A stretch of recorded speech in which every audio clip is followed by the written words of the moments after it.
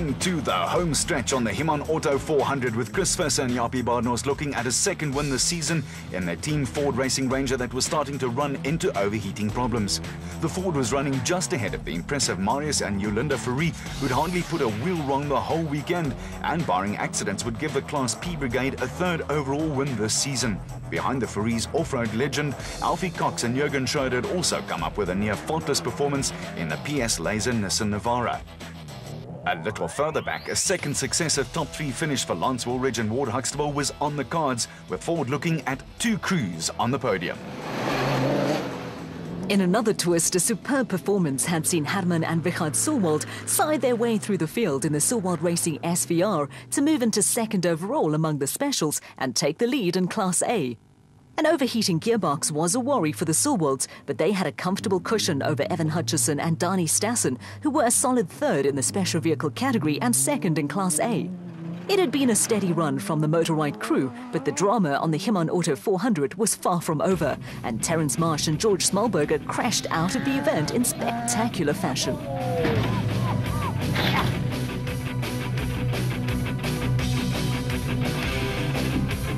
A slow-motion replay of an incident captured by young Adrian Rutz that saw Marsh and Smallberger retire from the event with a pair lucky to escape with muscular aches and pains and bruises. A disappointing performance on the Donaldson Prologue saw Johan van Staden and James Rousseau start 23rd on the road in the Atlas Copco Bat. The Pretoria crew started 1 place behind the Motorride Bat of Nick and Ryan Harper, and a strong showing on Loop 2 took the Atlas Copco team ahead of the Motorride car. After fixing a broken spring at the halfway point, the Harpers were as steady as ever and for the first time this season picked up points in 2 successive races. The second loop was not as kind to Brett Parker and VZ van Zyl, with the Sizanani Jimco running into power steering problems that gradually saw them drop places after a bright start to the day. There were some really good midfield battles going on in the production vehicle category. In a little cameo performance, Hicho and Jaap de Bruin in the Micra Excel Toyota Hilux were having to work hard to stay ahead of Jannie Visser and Jorx Leroux, who needed a good result in the International Toyota to stay in the production vehicle title race.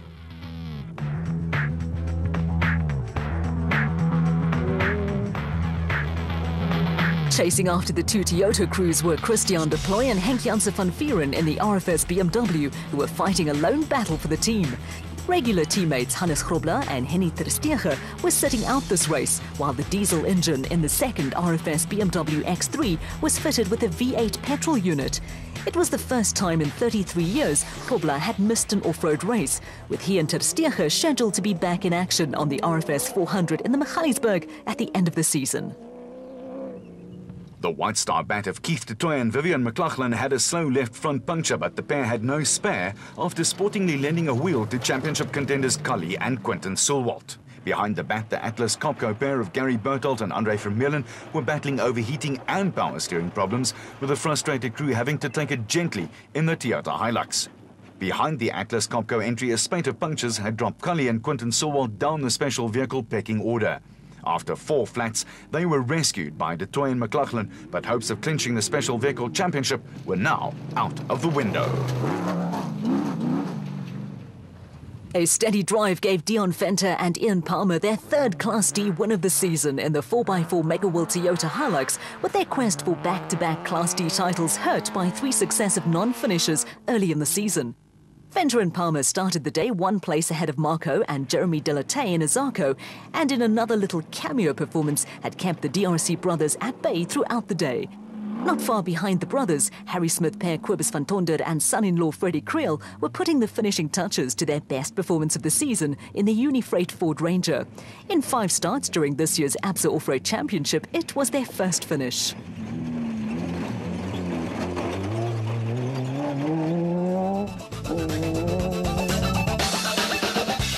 One of the gutsiest performances of the day belonged to Production Car Championship challengers Mike Whitehouse and Matthew Carlson in the second Regent Racing Nissan Navara. A disastrous Donaldson Prologue saw them relegated to the mass start half an hour after the first car.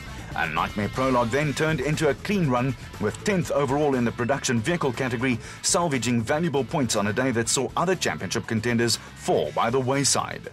Championship leaders Thomas Rundle and John Moore, Duncan Foss with Rob Howie, Anthony Taylor, Chris Birkin and Terence Marsh with George Smallberger in the second Regent Racing Navara all failed to score, leaving the championship race wide open.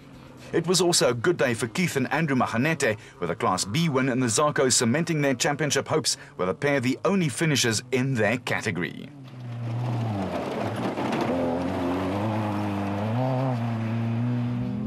Vying for the Gutsy Performance Award with Whitehouse and Carlson were Northwest crew Malcolm Koch and Johan Berger. Much to their chagrin, they rolled the Koch & Sons Toyota on the first corner of the Donaldson Prologue and were also part of the mass start.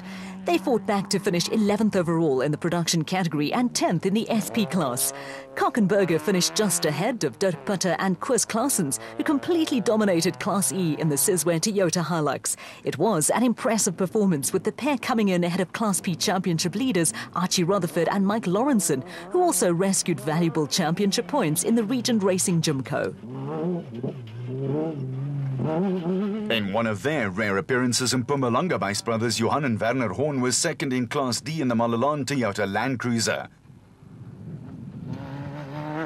Behind the nicely turned out Land Cruiser, a determined Richard Fuller finished the race on his own in the Atlas Copco Bat. Fuller and co-driver Jeff Minnett hit the same ditch that claimed Terence Marsh and George Smallberger, with Minnett taken to hospital for x-rays after hurting his back. The stewards of the meeting later compensated Fuller for time lost at the accident, and he was classified 7th overall among the special vehicles. There was also a determined display by circuit racer Henny de Klerk and Lionel Lewis, who made it to the finish on their off-road debut, despite destroying most of the panels on a battered LA Sport Toyota Hilux.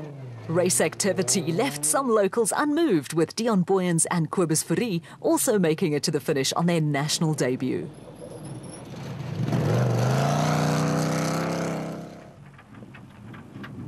Perseverance also paid off for Dedrick Hutting and Bick Cillier in the Transcore Toyota Hilux, with the pair refusing to throw in the towel, although they were more than an hour behind Putter and Claessens. Hutting went into the race leading the Class E Drivers' Championship and also salvaged points, while Class D Championship leaders Jack and Sarah Oosthuizen maintained their 100% finish record this season in their Land Rover. The Oosthuizens were well off the pace set by Dion Venter and Ian Palmer, but have a tight hold on the championship.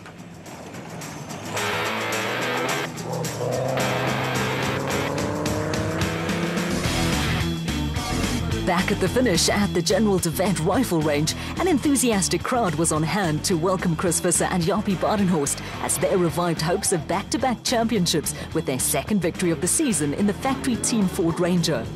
An impressive performance saw Alfie Cox and Jürgen Schroeder take second in the PS Laser Nissan Navara, and Ford's cup was filled to overflowing when Lance Woolridge and Ward Huxtable scored their second podium finish in a row in the second Team Ford Ranger.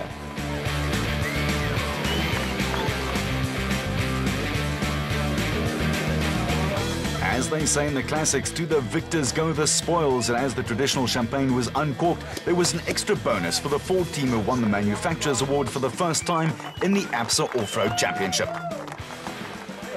No, I must say thank you very much, guys, for this spectacular event, for Human Auto and all the guys from Ford, the racing team.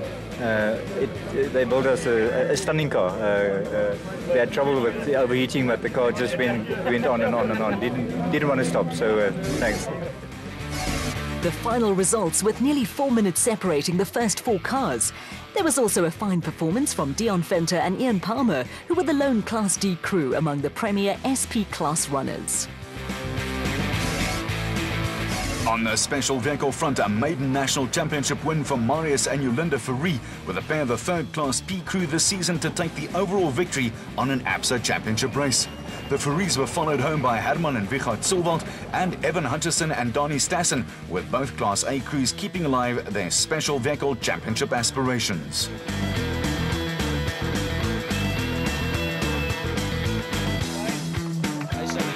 For Marius and Yolinda Fourie, standing on the top step of the podium was a special moment in what has been a brief but successful off-road racing career. geluk was vandag aan ons kant gewees. Alles het mooi geloop, geen probleme gehad nie. So ja, lekker gewees. And Yolinda, did you have to work hard in the car? Ja, verskriklik. Ek moes baie kyk vir draaitjies en swaadjies en om nie die pad mis te ry nie. A dream result for Marius and Yolinda Fourie, and elsewhere significant results that will see the special vehicle title chase go to the wire on the RFS 400.